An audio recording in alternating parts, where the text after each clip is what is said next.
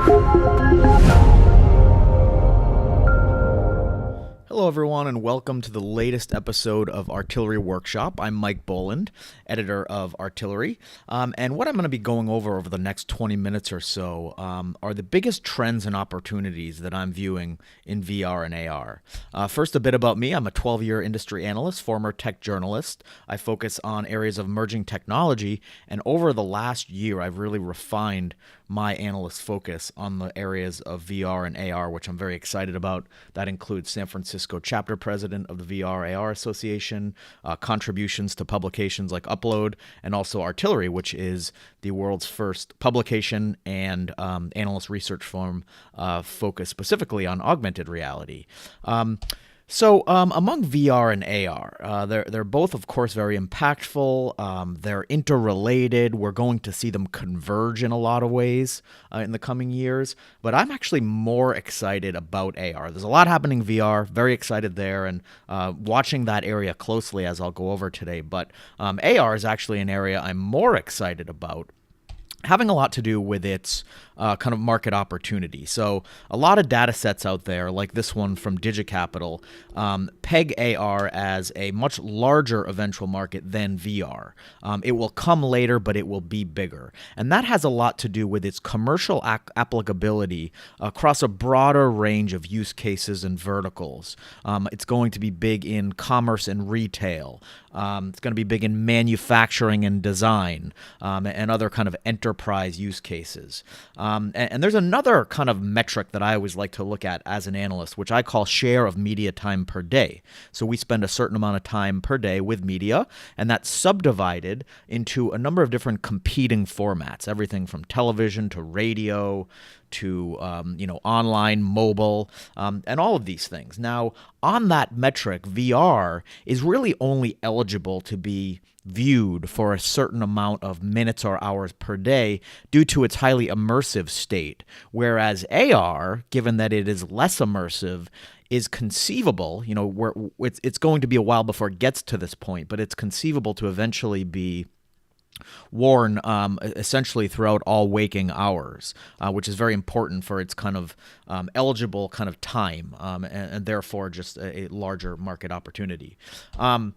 Now, focusing just in on VR for a bit, I always like to say we are in an iPhone 1-like moment with VR.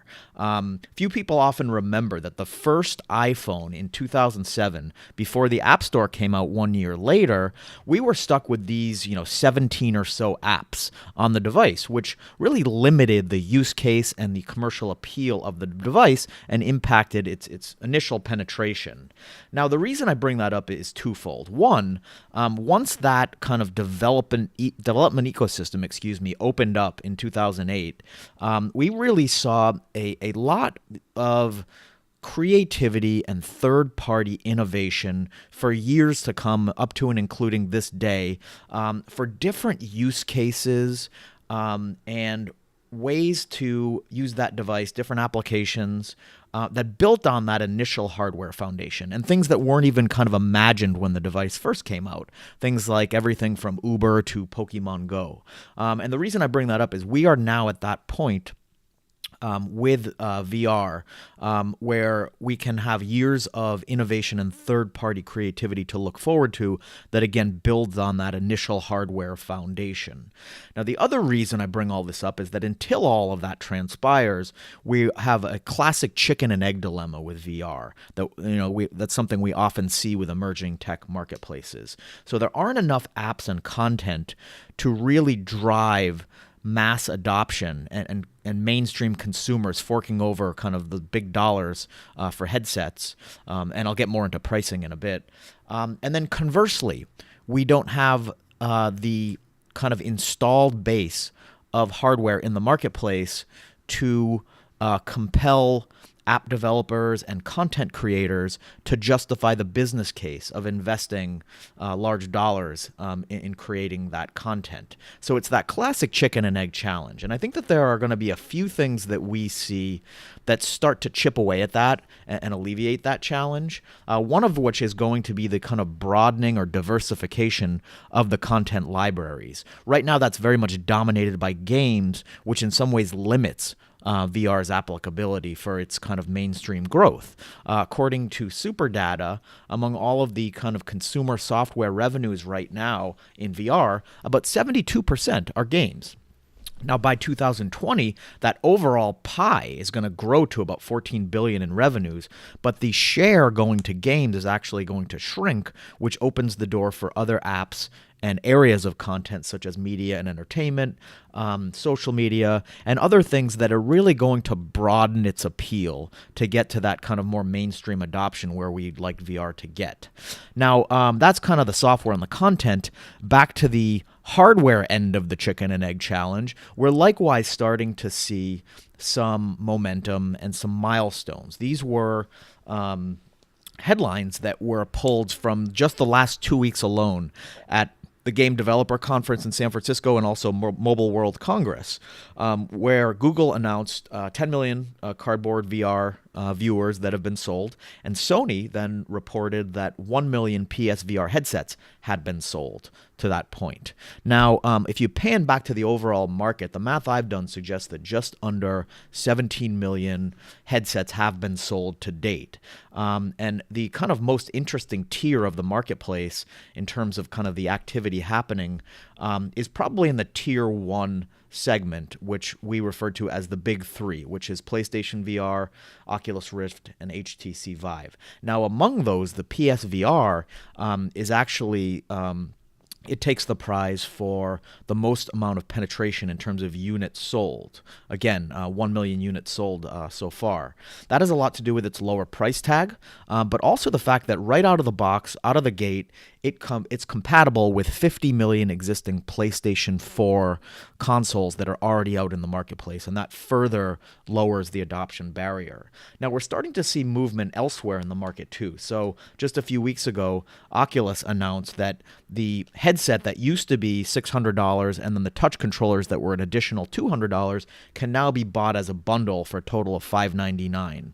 HTC Vive hasn't announced any price cuts, but what they did do is there's now a pricing plan, or payment plan, excuse me, where you can get an HTC Vive for $66 a month for a 12-month period, which further kind of lowers that adoption barrier. We're also seeing elsewhere in the marketplace some moves like what Microsoft is doing with its Windows holographic platform, that's working with a number of hardware manufacturers to bring headsets down to a $400 price point. And then also at GDC, we saw LG announced a standalone headset. And we're seeing more and more of these standalone headsets out there that are going to increase the price competition to bring these barriers down. But in the meantime, this remains a challenge because according to research done by EDAR in terms of their kind of consumer research and surveys, less than 10% of the population is willing to spend $500 or more on a VR headset. So those prices are going to continue to have to keep coming down. But in the meantime, there are a few areas where I see more scalable VR opportunities. And the first one is with location-based VR, which includes VR arcades, VR movie theaters, VR theme parks, where essentially instead of buying VR hardware, you're essentially renting it for a short time through these kind of temporal, experiential-based kind of business models. And it's interesting because this has a historical parallel to the late 70s and 80s and even early 90s when arcades were popular because before video game consoles reached kind of ubiquity for home ownership, this is how people got those experiences. So I think in the near term, that's exactly what we're going to see happen in terms of the evolutionary path of VR, being first to kind of a out-of-home experiential type of rental model before ownership becomes more ubiquitous. Now, the second area where I see VR scaling in the nearer term is with mobile VR.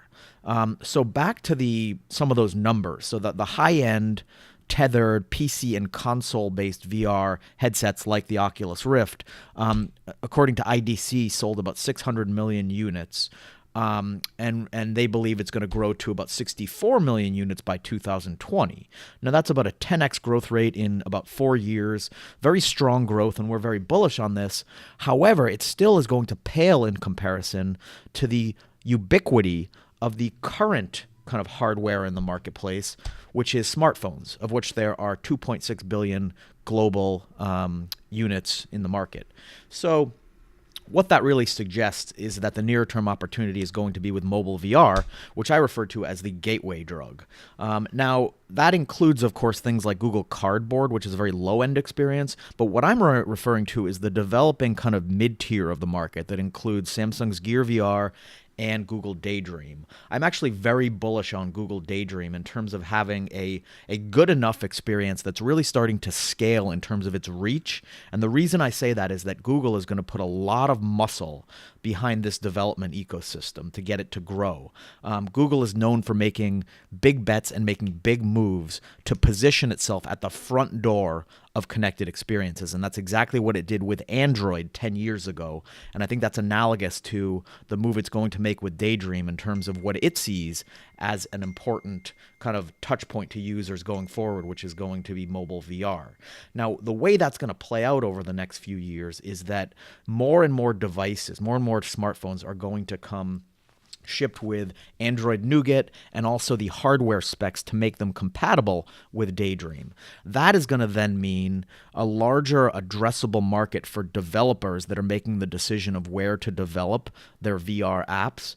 And they'll be compelled to go for that larger reach. That in turn is going to create more content for the device, which in turn makes it more attractive to consumers. And that virtuous cycle just continues to cause Daydream to be an attractive platform. And this is something that I've been recommending to some of the brands and other clients that I talk to that are very much interested in experimenting with VR. I believe Daydream is a solid kind of first step as a platform choice. Now, the other important reason why I mentioned mobile VR is that I believe it's going to represent both the near-term and the long-term opportunity with VR. The near-term for all the reasons I mentioned, cost, accessibility, etc. And then we're going to move into what I call phase 2 of this evolutionary path, which is going to be around 2018 to 2020, where PC and console VR is going to become more ubiquitous. The price is going to come down. Moore's Law is going to really kick in. We're going to have better kind of high-end features like positional tracking and frame rates and room scale and all that good stuff. And then what's going to happen is we're going to move into phase 3, which is right around 2020, where we're going to have the best of both worlds. So it's going to be all that high-end functionality that we associate with PC and console VR, however, in an untethered package. And I think that's kind of the holy grail that we're all kind of shooting for. And you're already seeing prototypes in the market, such as Oculus's Santa Cruz prototype that brings that high-end kind of Rift experience in an untethered mobile package, which I think is really going to open up additional use cases for VR in terms of where and when it can be used outside of a kind of highly tethered experience. Now, importantly, the same is going to go for AR. Everything I mentioned about that evolutionary path, the near-term opportunity being smartphone-based, that's going to go for AR as well. And not just for technical reasons, but I think for cultural reasons. As I mentioned, AR is going to be tenable for all-day use and out-of-home use, which brings in lots of implications for needing to be kind of socially aware and culturally accepted.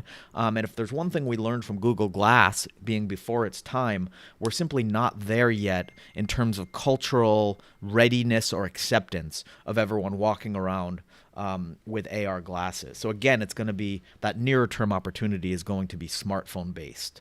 Now, there are also other kind of wild cards in this scenario that I've been looking at, such as kind of audible AR. And what I mean by that is we're all looking at AR as this graphical overlay to our perception of the physical world. But I think that, you know, in addition to graphics, there are opportunities for kind of audible overlays. And what I mean by that is that the Apple AirPods, which were released alongside the iPhone 7, are an interesting prospect. I've written about this a few times, where they are small enough and sleek enough to engender a use case where they're kind of in your ears all day. And that then opens the door for this sort of kind of ambient audio channel that whispers in your ear throughout the day to inform you about your surroundings. And again, I think that makes it similar to the tenets of AR in that it is augmenting your perception of reality. But in this case, instead of graphics, it is audible. And I think that there are going to be a lot of interesting kind of creative ways that AR enters our lives, such as that I think it's important to kind of watch out for. Now, in the meantime, it's also important to note that we're getting AR-like experiences and also kind of testing out the market's temperature and readiness for AR. And those are things such as Snapchat 3D stickers and also, importantly, Pokemon Go. Now, I phrase that rather carefully when I say AR-like experiences because whenever you bring up these examples in the context of AR, several people jump down your throat that this is not true AR. And those people actually aren't wrong. True AR is really when there are more dimensionally accurate graphical overlays, not just kind of a 2D like Pokemon or something that is kind of just put on a view of the physical world in the viewfinder. Real AR will have things that, hide behind trees and other things that utilize the entire light field and what's known as the point cloud to really have these interactions where the graphics are interacting with the real world in very dimensionally accurate ways. But all of that said, whether or not these things, these early rudimentary forms of AR are true AR or not, I think are it's not as important. What is important is that these things are doing AR a favor by getting the world ready for AR and acclimating the masses to this AR-like interface so that when real AR does arrive, it is met with more acclamation, more acceptance, and the adoption cycle will happen faster. I like to think of this as the gateway drug, and I think that's the second time I've used the term gateway drug. So if there's anything you can take away from this presentation, it's that myself and the VR AR Association and Artillery and all the places I represent condone the use of gateway drugs. So moving on, and to kind of reiterate some of our main points here, I think that some of the winning factors in VR are really going to hinge on a lot of these orbiting factors. The first one, of course, is cost. Again, EDAR research has pegged 10% of the population currently willing to spend $500 or more for VR hardware. I think that's important, and it's no coincidence, that we're seeing the price point of $400 as a target through a lot of press releases, through a lot of prototypes, through things like Windows Holographic, which is a platform that's emerging, shooting for hardware that hits that $400 price point. I think that's going to be one of the thresholds in terms of the price elasticity for more mainstream adoption. Mobile, of course, is important for all the reasons I mentioned.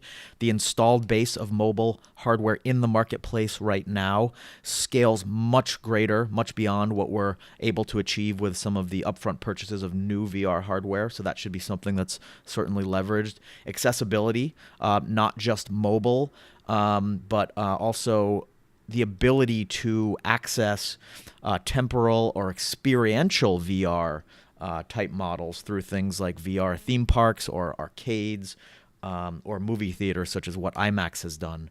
Another important point around accessibility is the kind of equation that developers must do when they decide where to place their chips in investing in developing for different platforms. And there, it's not just a numbers game. I mentioned Google Daydream as a smart choice, but also qualitatively looking at how different target demographics map to different platforms and making sure there's alignment there.